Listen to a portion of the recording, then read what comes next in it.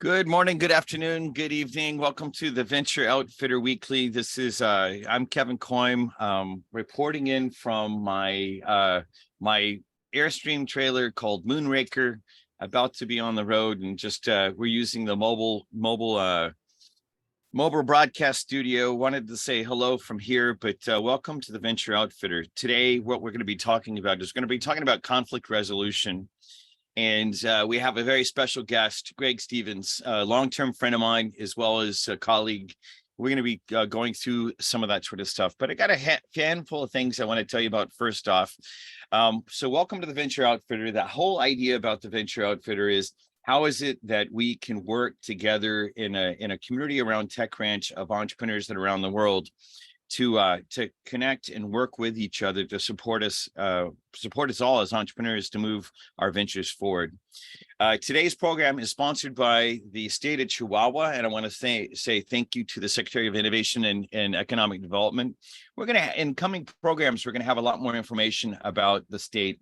A lot of people don't know about the 32 states of Mexico, and they don't know about just the amount of booming that is going on across the state. And we have a number of entrepreneurs that came from the state of Chihuahua that participated in our Venture Bridge in 2018, 2019. But the main thing that we're going to be talking about is some of the technology and things like that, some of the innovations that are coming from there, as well as many of you might not know that my first dollars earned for my first startup 30 years ago were pesos in Mexico. I had a very advanced piece of technology, and it was needed by this one bank in a big way. So when we talk about building venture bridges, I want to remind you that venture bridges go both directions. Just because Austin's very popular right now, and there are a lot of entrepreneurs that are taking advantage of Austin and Houston, or the Golden Triangle, as it's being called in Texas, part of what we want to do too is surface opportunity.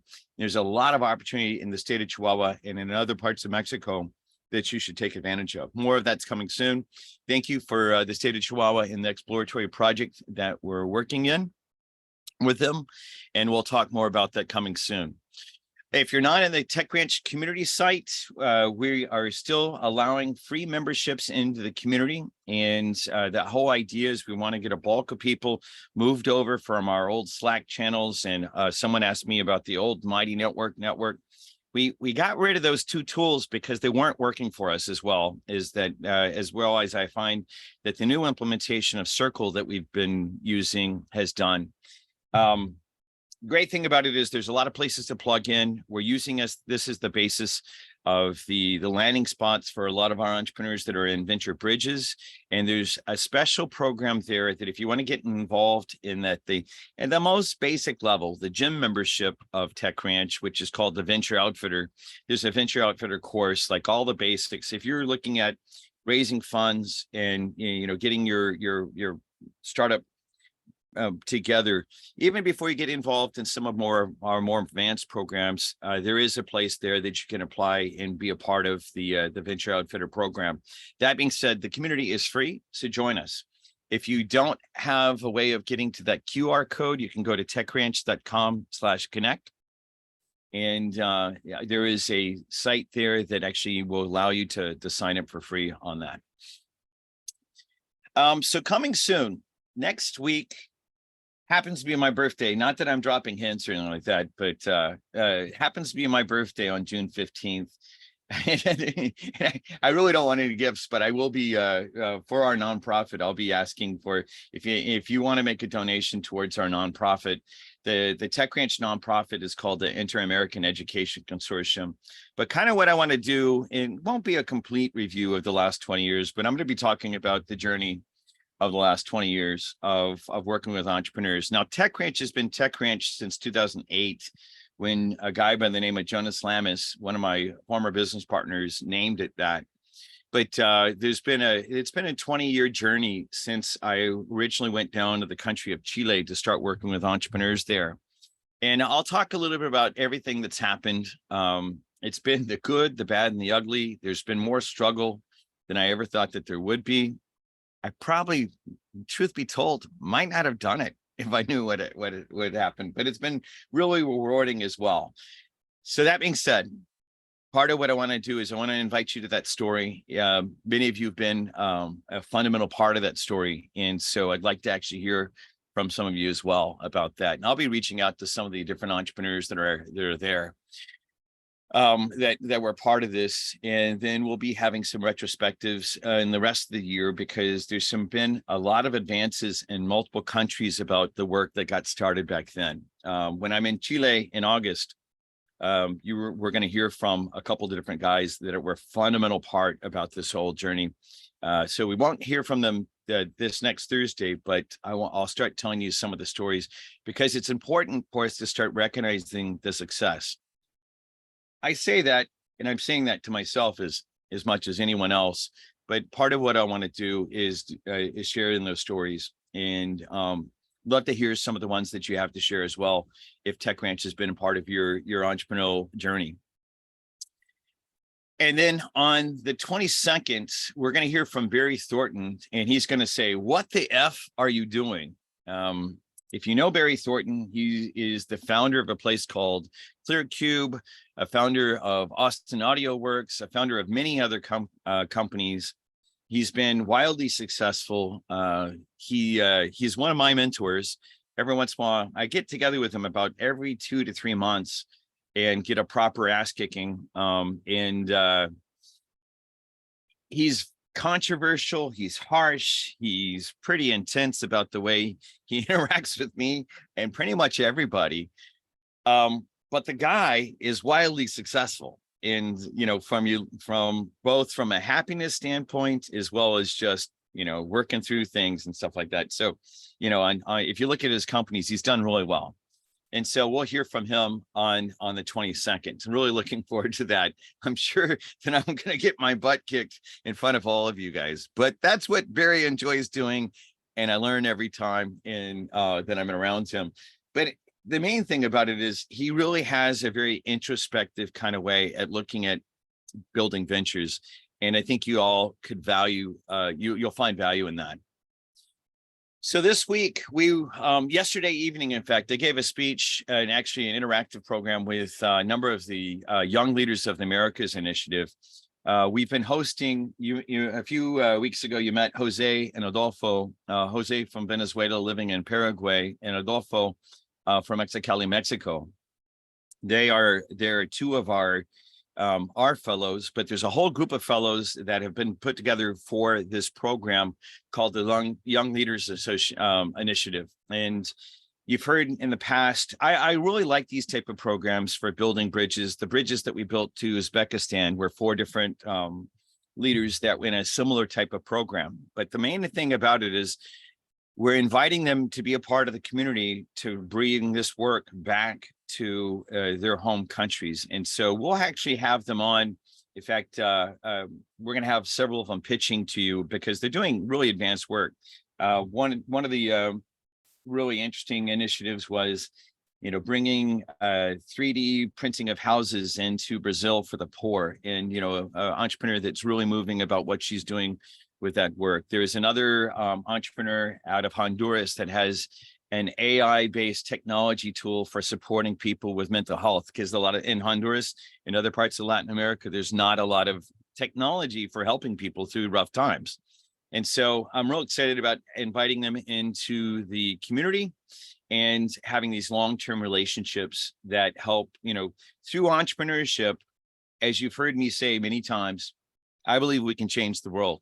I think there's nothing more powerful than entrepreneurs working with each other back and forth, or people working together in general is the concept. But in our concept for this community, the idea of it being entrepreneurs working back and forth. And it was really my honor to be with the team. In fact, one of the guys that you see at the very front of the picture that's to my right in the photo is Francois,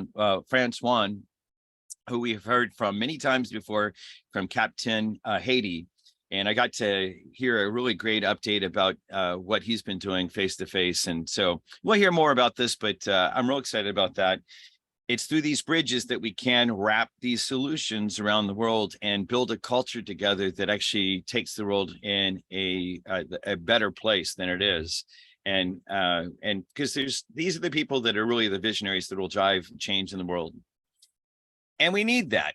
So there's a Gallup study that just came out on May 17th of this year that says, it was Washington, D.C., the percentage of U.S. adults who report to have been diagnosed with depression at some point in their lifetime has reached 29%, nearly 10 percentage points higher than in 2015. The percentage of Americans that currently have or are being treated for depression has also increased to 17.8%, up about 7 points over the same period. Both rates are the highest recorded by Gallup since it began measuring the depression using the current form of data collection in 2015. All this uncertainty that's been happening because of COVID, because of the war in Ukraine, because of all the economic uncertainty, the political uncertainty, it's not just affecting the U.S. These numbers just happen to be about the U.S. But the thing that I want to say about this is many of you know that for many years, I've supported mental health startups, and I've also helped, supported really having really in-depth talks with entrepreneurs about depression and things like that. One of the professors at Stanford has actually said that by and far, entrepreneurs typically are in the population, at least in the US, typically have more mental behavioral kind of issues that they're fighting with. It's one of the reasons that we become entrepreneurs. And I'll say that I've struggled with depression. I've struggled with a number of different things over my life, but it's now hitting a much larger group of the populace. And one of the reasons that this is important for us to discuss is you really have to know your enemy. One of the enemies to entrepreneurship is depression. If you're depressed, it's really hard to get out of bed in the morning. And I can tell you this from a firsthand standpoint. It's really hard to get out of bed in the morning and go fight the good fight, especially when you're up against a lot of different difficulties and stuff like that. So we're going to talk about personal development. We usually do, at least once every 4 to 5 weeks. I bring some stuff up about it, but I want to be even more. When this report came out, I'm like, I got to say something about this, because we've seen the data go up. We've seen all sorts of other things happening, and we need to make sure that we're really visible about that. One of the things to actually know about is there's a study about mice years ago. It said actually about rats. Put a rat in a cage and give it 2 water bottles. One is just water, and one is laced with heroin or cocaine. The rat will almost always prefer the drugged water, and almost always kill itself in a couple of weeks. The interesting thing about this was one rat in one cage. Someone actually looked at the study years later and said, hey, wait, there's a problem with the study. There's a problem, because if the rat's got nothing else to do, it does, it gets the dopamine hit off of the drug. And this is what, this is the model of what addiction has been seen as in the United States, that, one rat, one cage, going to go for the cocaine. The problem with this is when they redesigned the study and they put a bunch of rats together in a communal type of situation, the rats that were in a community didn't want the cocaine laced water. They wanted just regular water. They wanted to be in connection with other rats. The thing about it is the purpose of the study is to say that the opposite of addiction is not sobriety. The opposite of addiction is connection. And there's a bunch of different trauma-informed literature that's coming out about this. There is several different, Gabor Mate, Dr. Gabor Mate is one of the people that I've seen that is speaking about this largely, that, because the depression rates are higher, especially in the United States, we don't have these natural connection mechanisms that get us connected as people to people. And so it's natural that we're doom scrolling or, having a drug addiction or something like that. The reason I'm bringing this up is I really want to say, it's obvious based on the numbers that the Gallup poll is saying, is it's critical that we start creating even more connection. Part of the reason that the Tech Ranch community actually got started was I was looking for more connection myself. I was looking for more connection among other entrepreneurs, because for those of us that are starting businesses, if you're an entrepreneur and you're starting a business, and you go talk to your buddies that are just, employees at, like, one of my closest friends is a 25-year IBM engineer, and he's a wonderful guy. And I love having drinks with him and, hanging out with him and having lots of fun with him. But the problem is he doesn't understand part of the struggle of being an entrepreneur. And so part of that is, I know that there are people out there that are hearing my voice, that are entrepreneurs, that are struggling with depression. I'm there. Yeah, I'm actually had some stuff happen recently that's got me really struggling again. And part of what I want to say to you is that the solution is not the addictive things that we might do, including social media and stuff like that. It's about getting connected. And so we'll promote more of this. There is a personal development channel on the in the community. Personal development is about, there's a mental health channel. That's the mental health is all about how do we actually have mental health tech available for the world. And I'm going to talk about that on the next slide. But the personal development one is, each one of us actually needs to be continuing to develop. And that's what that channel is about. I'd like to see much more support, back and forth on that. Historically, especially when we had our co-working site, that was one of the things that happened in the co-working site. The 200 or so people that were in our co-working site, both, for co-working as well as offices, we had a lot of connection like that. Let's look for the solution now that we're, much broader, wrapped around the world, and we're working with entrepreneurs around the world. Let's look for other ways that we can connect in. You don't have to talk about any kind of mental health thing on the community.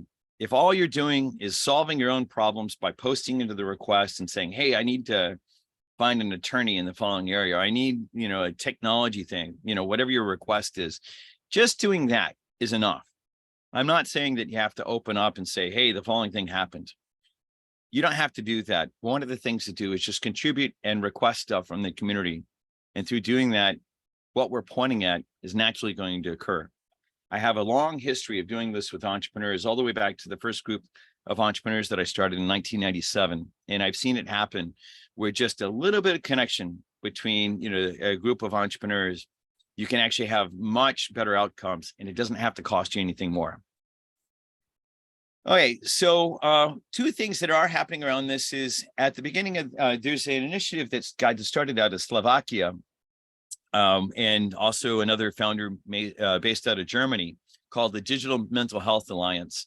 And I have signed up, and I'm founding member of that. TechCrunch is going to be is already a founding member of the Digital Mental Health Alliance.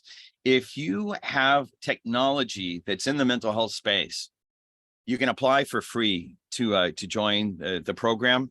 We actually just had our initial kickoff meeting in the hour right before the broadcast. And so the main thing I'm trying to say is, this is serious. We're going to be working with entrepreneurs around the world to do this. Both Stuart and Louisa, who are the other two people that were on the founding members about that. There's a whole group of us that are really kicking this off. But we're going to put some real muscle behind this. The Slovakian government is already funding part of this too, and there will be a call for getting involved if you want to be a part of the funding process and you want to own a part of, or not, it's going to be a nonprofit, but if you want to own a part of the process, there's going to be a place for you to hop into, and I'll tell you more about that. The second thing is, in partnership with St. Edward's University, we are starting an initiative based on the activities that I've been doing over the last few years on working with mental health startups. And there's going to be an initiative with St. Edward's for getting more access and bridging the gap between the social work world and psychology world and the technologies that are emerging. So if you're interested in that, let me know. I also will be going to Denver, Colorado on the 21st through the 23rd. There's a conference up there for maps.org. And if you're going to be up there, let me know. I'd love to meet up there about that. Then another really advanced technologies that are happening in the mental health space. Okay, all that was a mouthful. And I'm sorry it took me so long to actually get all the way to Greg Stevens. Greg Stevens is a communication consultant and executive coach, a coach that I've worked with, one of my colleagues, and who I've worked with a lot. And so he's going to actually, when it says here that he's a shot of inspiration, he is. He also has done a lot of work in conflict resolution, and he teaches classes around the world about this. We're going to hear from him, and any entrepreneur that is, we all struggle with conflict. It's one of the most fundamental things. Let's do this. I'll stop my slides, bring Greg on, and let's bring Greg on to the, hello, Greg. It's great to have you here. Thank you for very much for being a part of our group today. And we would love to hear everything you have to say, because all of us as entrepreneurs are in conflict all the time as we're trying to figure out how to do more with less, and just move the ball forward. Thank you, Kevin. Thank you for having me on. I really appreciate it. We've been friends for, gosh, it's actually been more than a decade. It's probably been about, I think we started doing some things about 2004. So it's been almost 20 years, getting close. So we took on some projects, put together some boot camps for leadership, and remain friends. Haven't seen each other nearly as much as we should.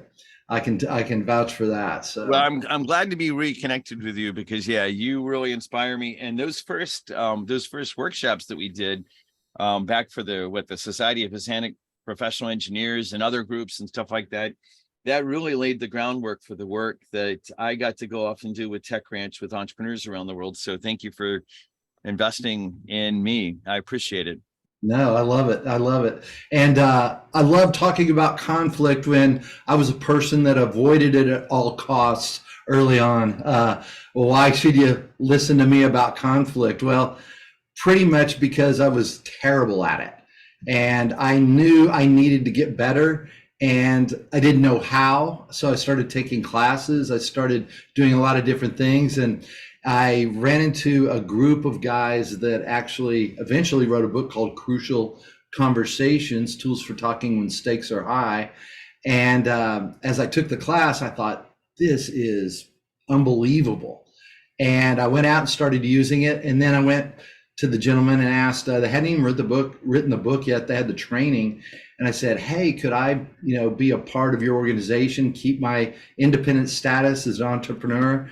And they said, yeah. They brought me in as what they called an associate. And as I started doing that work, I thought, if I'm going to be teaching this, I probably need to live what I'm teaching. That's one of the things, if you're an entrepreneur, you're going to need to lead by example. Even if you're a one-person show right now, eventually you're going to grow, and you need to lead by example. Most of us want other people to change when we're dealing with conflict. You've got no ability to change anyone else. The only person on this planet you have the ability to change is yourself. Yeah. And we bang our head against the wall trying to change other people, when the real key to it is changing yourself. Because what I found is, when you change how you do things, how you engage with conflict, other people may have to change how they engage with you. And that's when you take your power back. And Kevin, we've been friends a long time, but I've also seen that you've done a keto, and you know how to communicate in a certain way that I love some of the conversations we've had. But there's all kinds of skills, and there shouldn't be an area of your life where you feel like, I've hit a pinnacle here. I'm at this, I've got it handled. Because the moment you do that, I guarantee you the universe is going to come in and say, I've got some more growing to do. And it shows up like that. So, but I just want to finish this, and then we'll kind of get into it. How I got into what I'm doing. I went out and decided as I'm teaching this, I wanted to go clean up all my past relationships. When I say clean up a past relationship, I mean, if you saw someone walking toward you and you didn't want to talk to them, and there was a different hallway you could take and you took it, that was a relationship I needed to clean up. And I had a list of 36 people on my list, and it took me nearly 2.5 years to clean them all up. But I was able to do that. And people say, well, are you best friends? No, some of the people we rekindled friendships. Others, it was one and done. One person I had to go back to 7 different times. So there's no perfection in what we do, but life moves so much faster and fluid when you let go of all those things in the past. Because what I found was, those relationships really drug me down quite a bit. And so that's one of the reasons I love the work that I get to do. I get to help people really with relationships, because it's about communicating, handling those things, but you have to do, it's all done in relationship with each other. So Kevin, thanks you for having me on the show. I just want to give people a little background about who I am. Perfect. Thank you for being here, Greg. I really greatly appreciate it. Thanks. Yeah. So I want to, what I'll do is I'll jump in. What I like to do, folks, is I would rather have an interaction with people, and I can riff for a while and talk about skill sets and things like that. What I typically find is most people run away from conflict. But here's the thing. If you run from conflict, you're running from your breakthrough. You don't get to have a breakthrough until there's conflict, hence the word breakthrough. You have to break through something. But most of us, when we see conflict, we don't know how to engage with it in a healthy way. And the way to engage with it in a healthy way, and it goes across all cultures all over the world, is it's rooted in respect. It's rooted in respect. And how do I make sure I communicate that respect, even though I may have high emotions, maybe I disagree with you, maybe I see something completely different, but how can I treat you respectfully in that moment and begin to talk through our differences rather than attack each other over these differences? And that's what we typically see, that people don't know how to do this. It's a skill set. It's not a motivation issue. Most of us would love to know how to do this, because I tell people all the time, I'm handing out ice water in the desert, because every single person wants and needs these skills, because they're the foundation of everything. I've watched all of your different podcasts, Kevin, and what I love is, as I'm listening, I'm like, yeah, there's crucial conversations there. There's difficult relationships there. You have to be able, it's a foundational skill we need to have, but most people don't have it. And there's an underlying cost to it. We'll talk about that in a second. So Kevin, what is your experience with that? You know, I mean, it's interesting, because in the home that I grew up in, there was extreme conflict between my mom and my dad, right? And to the point that they divorced, and it was like, if you look at that movie, what, The War of the Roses or whatever, that was light. I remember sitting in the movie theater saying, this is nothing. These people don't know what conflict is. And so in response, my response was to, I'm not really conflict avoidant, but I was just like, okay, just whatever. And I'd walk away. You know, it's not that, I mean, because I had to work for a long time on figuring out the difference between conflict, which is okay, and violence, which is not, right? That was something that, yeah, was really hard. And that's why, you know, to the point of the Aikido thing you were mentioning earlier, I had to get it in my body, because I would tend to freeze in conflict because I didn't want to fight the person. I didn't really want to fly away, but yeah, because conflict was really a mess at home. It was a mess. It was like, and my parents, you know, here it is like 50 something years later, and they can't be in the same room around each other. It doesn't make any sense. Yeah, well, and so many people are like that, and most people want to be better communicators for work, but the most difficult conversations are the ones at home. And you said it there. What we teach in Crucial Conversations is people run the gamut from going to silence, completely not engaging with it, or verbal violence, trying to control or push their agenda on it. And neither one of those things work in difficult conversations. You actually create more problems, and you don't get the results you want. And that's what we really want. We're talking about personal life right here, but let's talk about business. What are some of those underlying costs that happen? It's interesting. Crucial Learning, one of the group that wrote Crucial Conversations, has that training. They also have Crucial Accountability, Crucial Influence, several other programs. But they did a survey started in, I think, 2004, 2005. What's the cost of avoiding conversations? And they found out in about 2004, 2005, it was about $1,500 For every conversation you put off or didn't have, it costs the organization around $1,500 and about 2 or 3 days of work time. By 2017, it was actually $7,500 and almost a week's worth of work.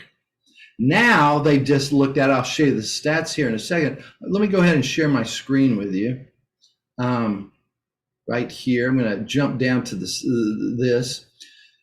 Why employee communication or lack of it wrecks your bottom line? People problems in organizations are currently experiencing 68% of the people don't pull their weight. Think about that. If 68% of the people aren't pulling their weight, what's going to happen in an organization? People perform below expectations. Disrespect in the workplace is shown. Processes are not followed. And we just talked about how important processes are to make sure we follow those. Confusion on who owns the decision. These are in both large and small companies as I've done this, but here are some of the stats behind that. I want you to think about if these things are happening and we're avoiding these conversations, what do you think is going to happen? Well, it's going to hit your bottom line. And respondents say the reluctance to speak up cost their organization at least $25,000 in time and resources. Think about that. 43% said $10,000. 30% said $25,000. And then 19% said $50,000. Think about that. And then 1 in 3 admits that their inability to speak up costs the organization more than $25,000. That's a hidden cost we don't see, but it hits the bottom line. As an entrepreneur, we can't really afford that. And when I'm dealing with entrepreneurs, so often you have to run lean and fast. You make decisions quickly. And sometimes when we make a turn on a decision, what happens is we damage a relationship. And so often we're only thinking about the task. We need to be thinking not just of the task, but also the relationship that goes with it. Because we can only do so much alone. You've got to have vendors who you can trust. Your customers have to trust you. That's the very beginning. As you start to add people on, there's a whole new dynamic as your organization grows. And 46% say they're not skilled or only a bit skilled at holding these difficult conversations. And only 9%, less than 10% of people say they are extremely skilled at having these. So what happens is it actually shuts the whole learning piece down. And here's the biggest thing that I've seen in organizations, and it comes down to this.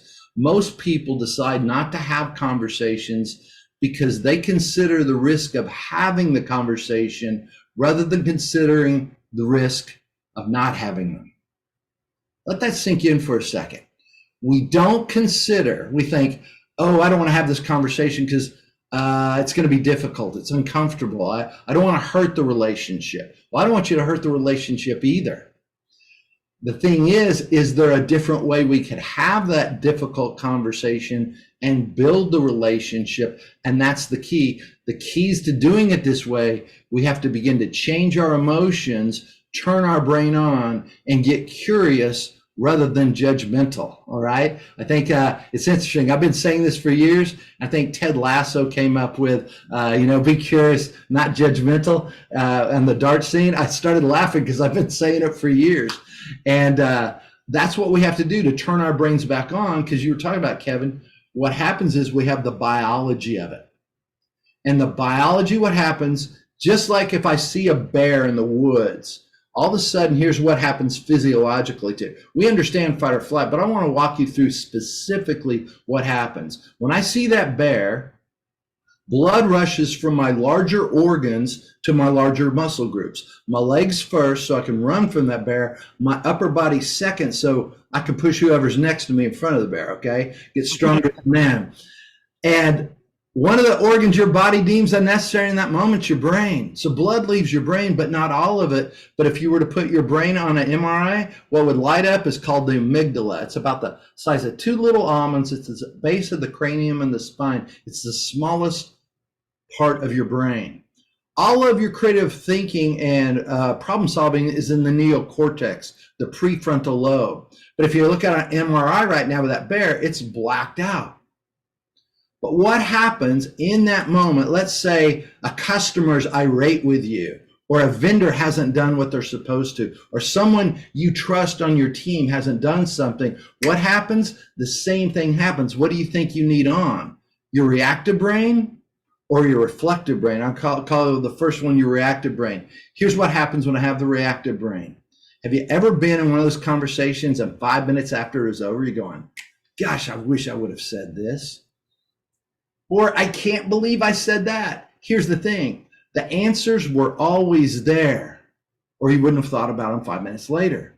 But you are accessing the wrong area of your brain, so you always have to consider biology, because emotions will always trump logic. If I'm talking logic to you, Kevin, and you're emotional, you won't hear anything I've said.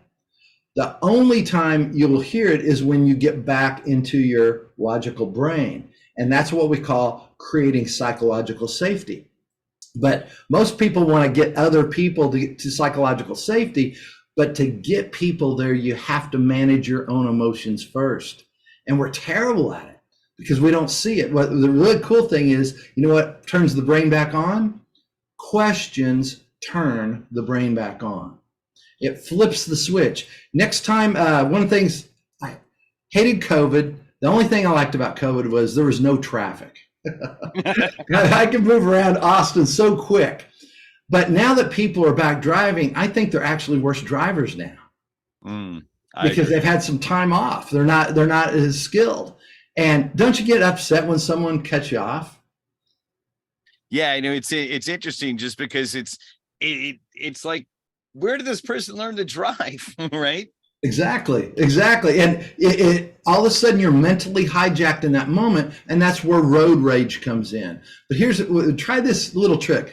Next time someone cuts you off, try to ask yourself some math question like 4,567 divided by 9, and try to figure out to the decimal point without a calculator. What you'll find, by the time you get to that answer, your emotions toward that other person will have begun to subside because you're looking in a different area of your brain. You're asking a question. I did this in Houston, though, a couple of years ago, and a woman came back to me on the second day of class. She said, right after class, someone cut me off. I tried your little trick. It didn't work. I got even madder. I said, why? She goes, because I couldn't do the math. Now, we in Crucial Conversations, we don't teach you to do math problems. We give you focused questions to memorize. So when those moments come in, you can actually begin to pose questions to your brain to flip the switch so you can begin to manage those emotions, because I can't create that psychological safety when others are in reaction mode. Just can't do it. Wait, so let's ask about that then, if you don't mind me, just like, because, I in my case, I definitely, started out just freezing, right? I wasn't the fight or flight person. I was the freeze person.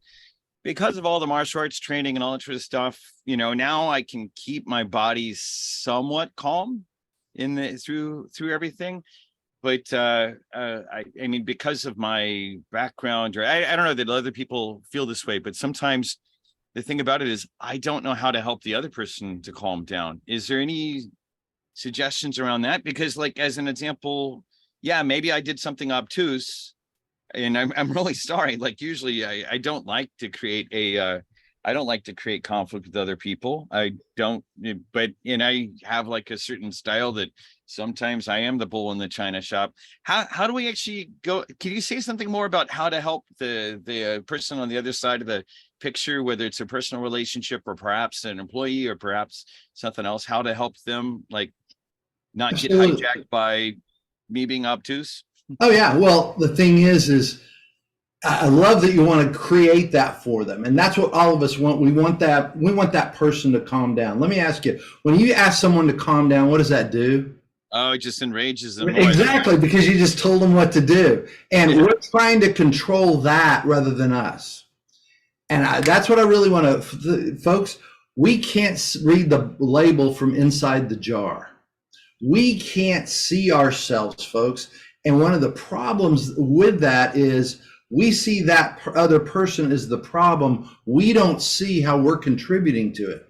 But what I found is when I manage how I contribute to it, I can actually begin to create that psychological safety, but I can't do it until I manage this first. And your answer is real simple, because we get to that part of the equation, Kevin. I tell people all the time, it's common sense. It's just not common practice. The common sense is this. If I'm in a conversation with you, Kevin, you have to believe that I care about and respect you, and I care about your goals. If you truly believe those two things, we can talk through any of our differences. It does not mean we'll always agree.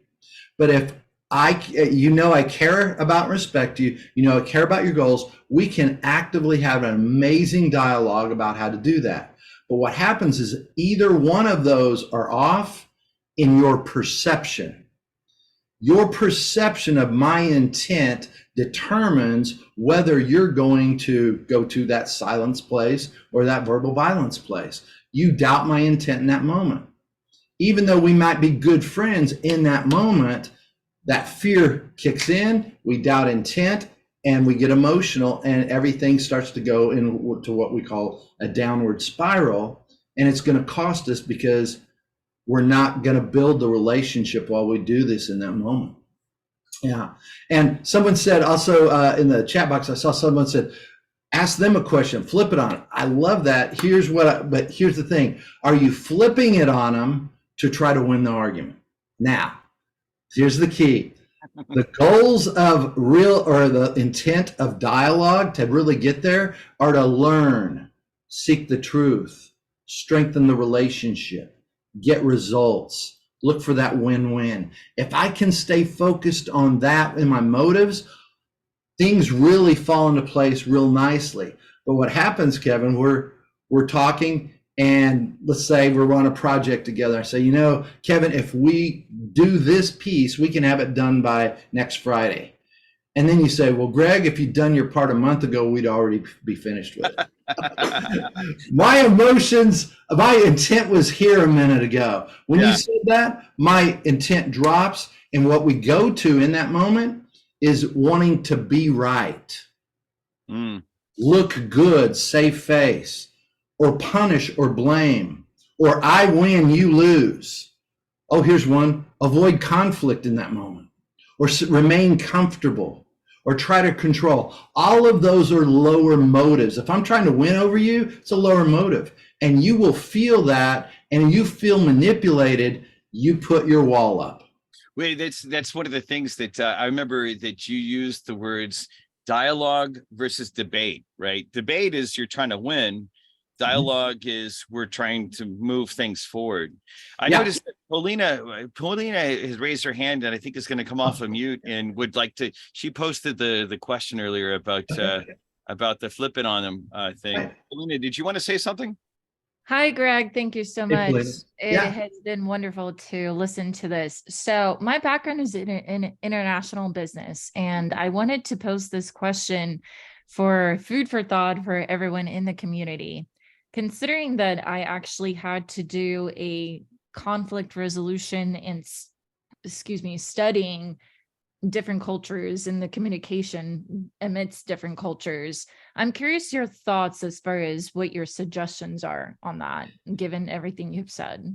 Well, thank you, because there are different ways different cultures communicate. What I love about what we're talking about, it's the human condition. Because, Paulina, if I treat you with respect, we're in the same realm. But that's just it. Respect is individually defined, and every human being on the planet has a different definition.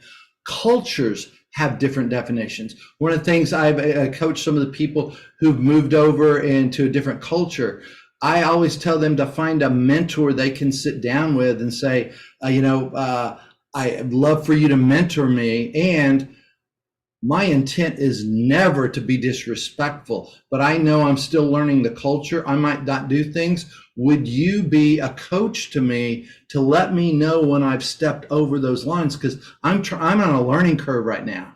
I need your help. But when you do that, you submit yourself to show that I'm willing to learn. I think that's what real leaders do. I'm not talking about leading by title. I'm talking about leading. I agree. Yeah. Anytime, whenever you're asking a person to show you something or teach me something that I don't understand, people are more willing to, versus that you're trying to put yourself on this pedestal, if you will, right? So I definitely agree with that. And I think that's the key takeaway, regardless of whatever culture. So thank you for that. No, thanks, Paulina. And I would encourage everyone, you need to know what your definition of respect is. If someone asked you, how would you define respect? How do you know when you're being treated respectfully? My definition, just to help you, is that please assume the best of me. And if I don't deserve that assumption, please coach me on my blind spot because it's not my intent. But that's really narrowed it down. It took me a while to get there, but that's just it. If I don't ever, Paulina, if I don't ever have a conversation with you about what respect looks like for you, I'm guessing depending on what I see it. Now, 90% of it's correct. What about that other 10% I miss? And that's what I think. Go ahead. Well, I was going to say, but it's also about some of the different nuances. Something that you find in one culture seems to be okay, the next one will find it completely disrespectful. And how would you know that unless you actually actively ask? Yeah. And I also liked what you said there, because one of the things when we're typically in these conversations, Paulina, we're both in our amygdala. And so when I ask another person a question, guess what I'm helping them do? I'm helping them flip the switch in their brain. But here's the big thing I found. Are we really listening to the other person? Most of us are listening to respond. We're waiting for our turn to talk. I want to learn to listen to understand. It's a completely different way of listening. That's a very, very solid point. And to pinpoint as far as what I also sent in the chat, the flipping aspect, I wanted to elaborate a little bit more because that's kind of diving into the psychology. Anytime that anybody tries to attack you, and it's in the heat of the moment. So I want to bring this up because I think that it's very, very important for people to understand. Anytime somebody's trying to attack you, any type of words, let them say whatever they want to say. And then when I say flip it, come back and say, okay, so if I were to say those same exact words to you, straight to your face, how would it make you feel? There's never been a single incident in my personal experience that nobody has a most immediate response. Everybody's always at least silent for a few moments, and then all of a sudden it hits them. Every single thing that they just texted or said to you to your face, if I were to flip it and say it back to you, everybody always stays silent. Nobody wants to hear those words. Well, you know why? What you've just done, you've made them look at their behavior, something they haven't seen to that point. Because when we get focused out there, we don't see anything. We don't see anything here. We're looking out there. What you've just done is flipped a mirror. Now, you can get people who it enrages them when they start to see that because they're embarrassed. And one of the things, Paulina, what I love is when someone's attacking me, what the conversation in my head is, that person is psychologically unsafe right now. Their attack really has nothing to do with me. It's with them. And I know how to create psychological safety. So if I understand that, then I can even ask questions just like you did. You flipped it on them, but you can even take it further. And the problem is, the moment we need to use those skills is the exact moment we don't want to, because adrenaline is a powerful drug. It kicks us in and we want to attack, we want to keep ourselves safe, and we don't see our own behavior. And that's why most of my classes are all about working on this, because it's the only thing you can change. But everyone keeps thinking, well, how can I create that over there? I found when I let go of that over there and I manage this, then I can really begin to manage with them because I'm not in reaction about it. Reaction doesn't even have to be a word. It could be a tone of voice that you don't see. And it happens when we get attacked. So Greg, you mentioned that you had a couple of different questions that you kind of keep, you memorized so that, when the brain's not working, you can fall back on those questions. Will you give it, those sound like important tools, and I need them. So tell us a couple of different questions like that. There's 4 questions I teach, and they're with crucial conversations. It's first one is you got to get your intent in the right place, your motives. And it's, what is it I really want in this moment? Really want. Sometimes we want to harm someone because we feel hurt. Hurt people. But what do we really want? What I really want for myself, for the other person, not from them. What I want for them.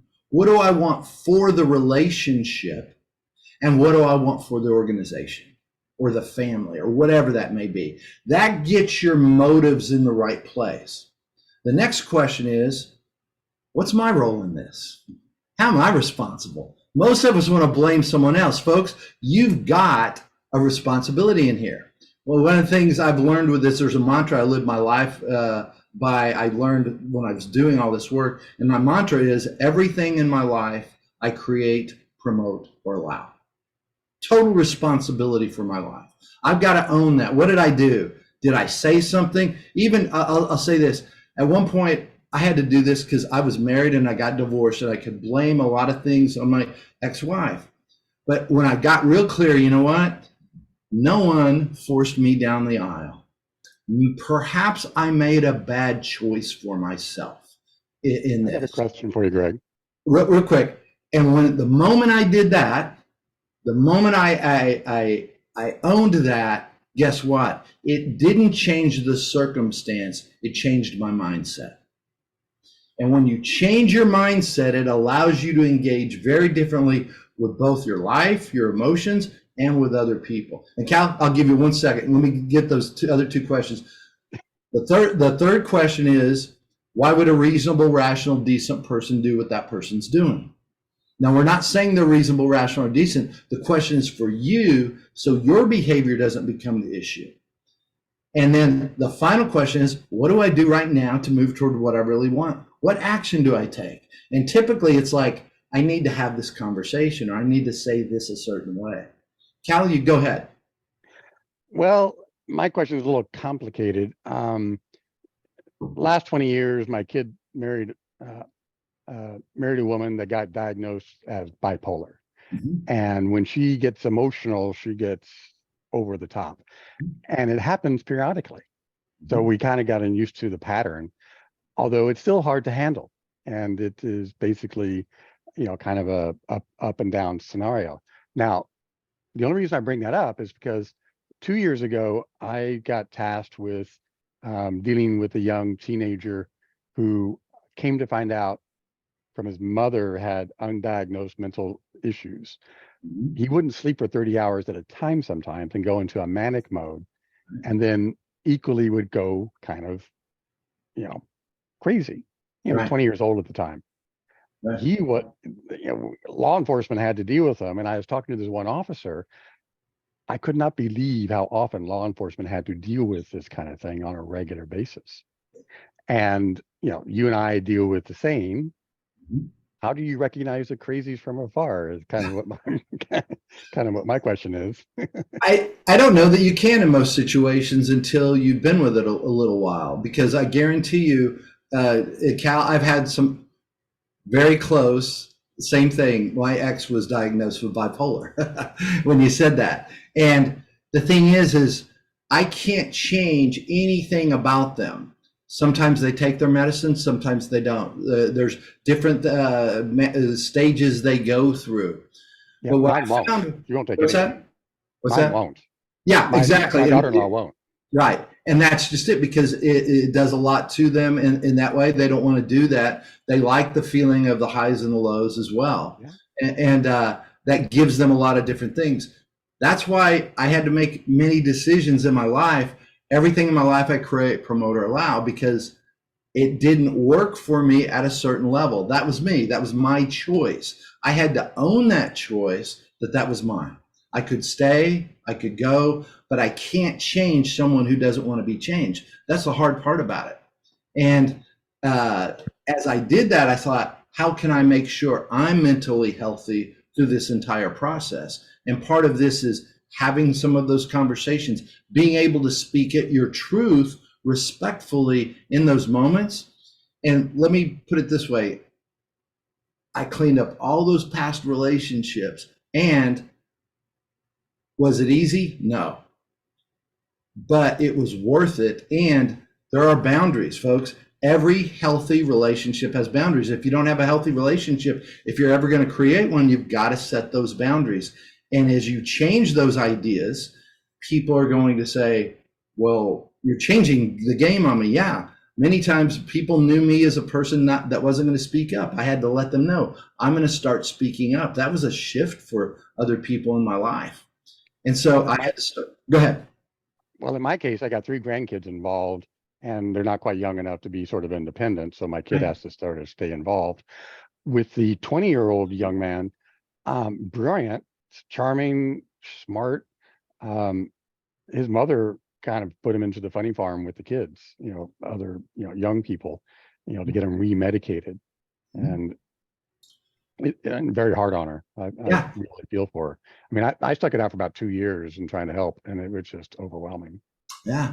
Well, no, and you're right. It is overwhelming. And in that time, Cal, what did you do to take care of yourself? I drank a lot. Numbed it. Yeah, because all of a sudden it's like, what do I do here? What do I do? I understand. I try to be a practicing drunk as a result, but no, I handle it. I was 3 times his age, so I had fewer excuses. I had more skills and ways of dealing with it. Right. Trying to figure out how to handle him was really hard. I mean, I think anyone else probably would have just said crazy person, go away after a few months. But I felt for the kid, and I thought time might eventually kind of settle in and he'd calm down and work out, but it just never did. Or at least in the 2 years. Well, so Greg, that there's a question that I want to make sure that I think in the situation that Cal's talking about and that I'd like to mention is, how do you know when it's too much? Like when's the conflict gone so far? Like how do we know? Like, historically I didn't learn boundaries as a kid. So how do we know? Well, the thing is I wish I could give that to you. I can't. Everyone's different. One of the things I found is, as you set boundaries, I don't get to say what your boundaries should be. Only I get to say what mine should be. Yeah. And that's our own voice. And some people I know, one and done. Others 3 structure out. It's interesting because in business, I give one and done because I'm a small business. If I can't trust someone, they break my trust, I will most likely will never do business with them again. Doesn't mean I can't restore the relationship, be friends, all of that. Now, in my personal life, for me, I went, and I still do this, I go until I can't do it anymore, try everything. And when I'm completely done, I give it one more shot, because that allows me to sleep at night. I know other people, when they're completely done, they give it 100 more. Okay. I can't give that to you. That's everyone's own choice on that. And well, that's to follow up with Kevin's comment. I sort of developed two philosophies. One, outlive the argument. Basically, eventually they'll tire and calm down and go past it. And I also believe time wounds all heals. So I think in the end, if they're really, mean or jerks, they'll hurt themselves. You don't have to do it for them. And, just kind of, stay out of their way. Well, the biggest thing is realize that has nothing to do with you. Their situation really doesn't. That helped me keep my sanity in sometimes, because it doesn't. It's about whatever's going on over there. I might have to live in the vicinity of those things until I make that choice or that move. And sometimes also I've seen mild cases where it's not nearly as bad. and and other people take medication. There's a lot of different things, but that's the other thing. If you didn't grow up with any of that in your family and then you marry into it, you don't know what it is at first. Well, I would suggest that you give yourself permission to eventually call in for help. I mean, absolutely. It took me a long time before I figured out what 911 was good for. And so, always call for help. When I had the manic kid, we literally had the police here 6 times over about a 2-month period. And by that time, I was like not getting any better. I felt, I kept trying to help mom in her situation, but I realized I wasn't going to be this, helpful, long term. Yeah. And my heart goes out to you. I wish, and that's one of the things I wish I could say. Here's the round peg and the round hole. They fit perfect. That's not what you're talking about, especially when there's that type of illness. Yeah. Let me do this. Before we run out of time, we have one other person that's raising her hand, Christia. If you can, Jello, go ahead and put her on the screen too. You had a question or something like that you wanted to ask? I was curious about a question. When in talking about conflict, I'm curious how you work through when someone is actually unwilling to engage in dialogue, when they're in that freeze mode, or they simply continue to meet you with that kind of that brick wall. How do you engage someone in a conversation to work through conflict when they just don't want to have that dialogue? Well, yeah, I have that same question too, because of a situation that just happened in my personal life. So yeah, very important question. So Christia, there's several layers to this. Most of us are focusing on the task or the deal with that. What we teach is you got to talk about your relationship. That's the core issue. The other thing, the reason they are not there is they're psychologically unsafe. They believe you've got a hidden agenda, or that you're trying to punish them, or something else. Or maybe they know their behavior, because I've worked with a group where the CFO was actually embezzling from the company, and we had to address that. So there's an issue. You can't always create psychological safety, because many times people know they've done something bad. They're trying to do something, but just a generalized answer across the board, so I can cover everything. You got to get on the right topic. You got to talk about your relationship. And when you have the skills, there still are times when it's just too emotional in that minute. And this may help you. You may just say, anytime I keep showing up, you get a wall, go back to your best intent. Just keep going back. Say something like, this isn't going how I wanted it to. The reason I brought this to you was to solve this and make sure we're working well together. That's not happening right now. Let's do this. Let's take an hour, 2 hours. Here's the thing. Don't take more than 24, because you're already in the conversation. And what I suggest is say, let's come back in 24 hours, Christia. And what I'm going to ask is, when we get away, we'll get back in our correct brains. Would you come up with 3 solutions to this that you think will help us solve this problem and build our relationship? Have them think of both, and I'll do the same. And the next day when you come back, you need to have 3 possible solutions and how you want to build that relationship. As you do that, start out again with your best intent and own your part of yesterday. Yesterday I apologize for saying this, this, and this. I was frustrated. That's not what I meant. Always own your part first, because it allows the other person to own theirs. If you don't own yours, you can't expect them to own theirs. We have to lead by example. And that's a little tip that I always say. Get away when you get in your right brain, because all of a sudden, if you don't give the homework, what happens is you both obsess over the next 24 hours about having that conversation. But I've got solutions, and I've got a way to build the relationship. I can go in with more confidence, and my intent is in the right place. Is that helpful, Chrissy?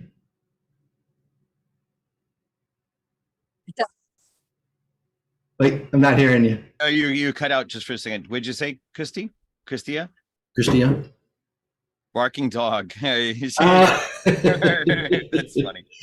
Okay, good, In the good. chat, that's enormously helpful. Thank you. Kevin, it seems like we got a lot of different questions. What I do want to do, if you don't mind, I want to share my screen so Please people do. can get a hold of me. Oh, one thing, I put this picture here. I went to Barcelona a couple weeks ago, and we all build relationships, okay? And I want you to look, this is the La Sagrada Familia, and this is just an old cathedral, okay? An old church. Question is, what kind of relationships are you building? Remember this, even like La Sagrada Familia, they're never done. They're still working on it after more than 100 years.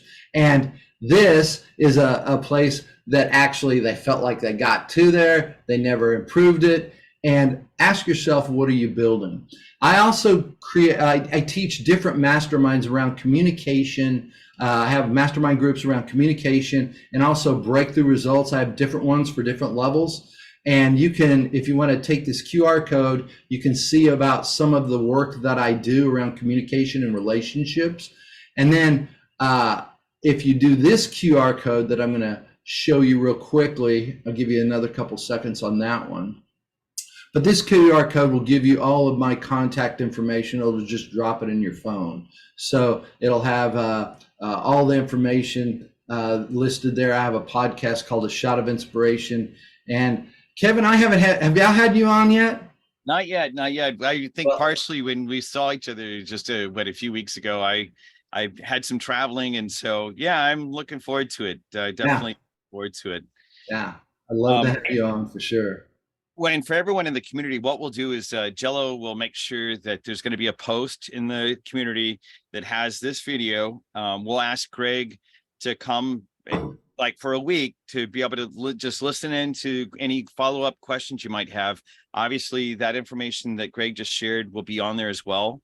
One of the things that Greg and I are working out is how to get more of you into the mastermind groups that he's doing, the other, and some of the different trainings that he does. Because I originally, the way I sought out the training that Greg had, because I was having lots of conflicts in my work and in my personal life in the time frame that we met, and then then we stepped into this professional relationship. Part of what I want to do is I'm going to say I've personally had a lot of really great experience and results.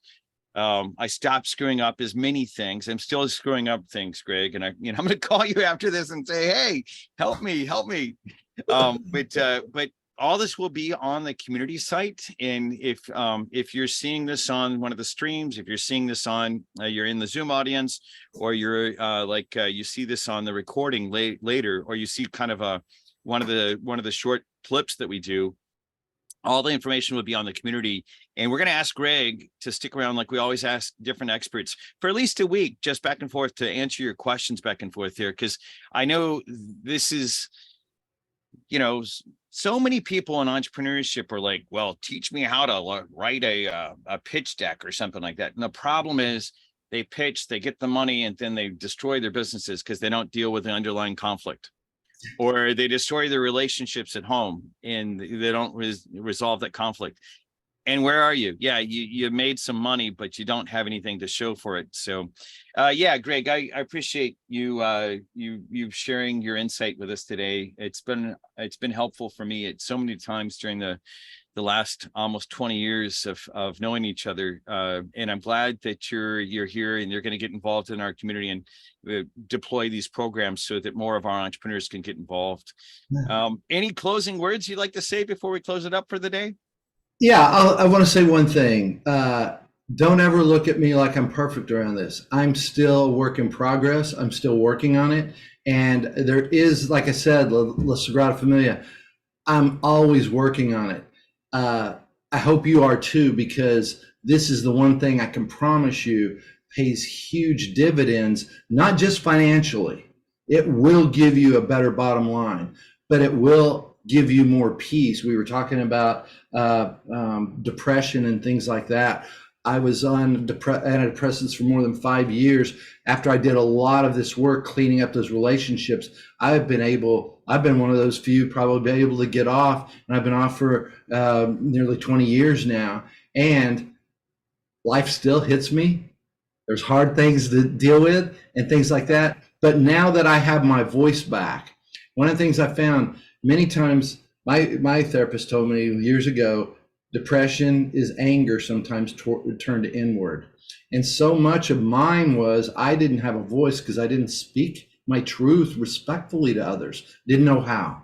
But when I got my voice back, things began to change in my life. Didn't mean everything went my way, but it did mean that I got to complete things. And that's what I do in the mastermind is I help people improve relationships, clean up the broken ones, or complete the ones they choose not to have anymore.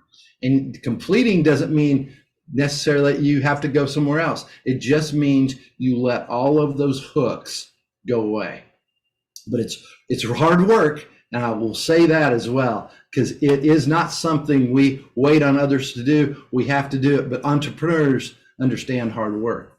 So yeah, exactly. You especially, and this is the type of work that by doing it, it makes everything else easy. Yes, Right? yes. It's like instead of being Sisyphus that has to roll the rock up and keep on doing it, remove the walk, just walk up the hill. It's very much so. So, hey, Greg, I'm excited to be working with you again. And yeah, for everyone else, what we're going to be doing is we're going to be doing some other programs. We'll announce them during the Venture Outfitter Weekly. But part of what's going to happen is we're going to do some follow-on stuff that's not during this time, but out of band, so that we can get together, whether it's one of Greg's mastermind groups or he's got some very straightforward plug into this class, this kind of class. Take advantage of that. We'll always post them on our events calendar, and we'll definitely have you back. So, Greg, thank you again for. Thank you so much. Yeah, and I'm so. Thanks for the questions, and those were very solid questions. Thank you. To everyone in the community, thank you all very much. You enrich this whole conversation. And Greg, thanks for your commitment to this type of work. I appreciate it. Thank you. Love you, brother. Yeah, love you too. All right, well, we'll go ahead and wrap up for the day. Part of what we have to do is just like, if you are wanting to get connected into the community, whether it's get connected into the community as a country manager, as a mentor, we are going to be deploying. We're about to announce a bunch of new bridges that are coming out. We already announced that Austrians are coming. And that'll be happening very soon. And we'll be having a call for the mentors that are. We want to make sure we really cultivate the mentors around that group of entrepreneurs that have sustainability startups. They'll be here in a couple of months. The other thing is, if you're not on our newsletter, you should be, because we're now on a regular basis. Paloma on our team is knocking this out on a regular basis.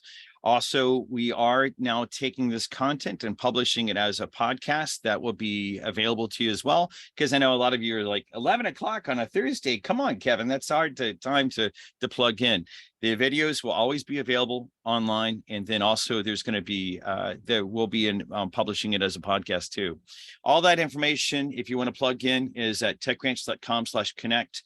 Or like I mentioned earlier, if you're not in the community already, you can just sign up for free and hop in right there. At some point, we might be changing that, but for now, just take advantage of it, because this is the easiest way you can drive your venture forward.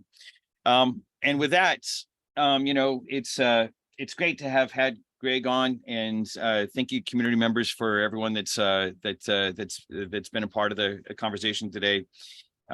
Let's do our best to go change the world for the better together. Y'all take good care. And if you have any other things to follow up with Greg, make sure you follow up with us on the community, and then we'll be having him back on some other workshops coming soon. Thanks, Greg. Take care, everyone. All right. Bye-bye, everyone. Bye-bye.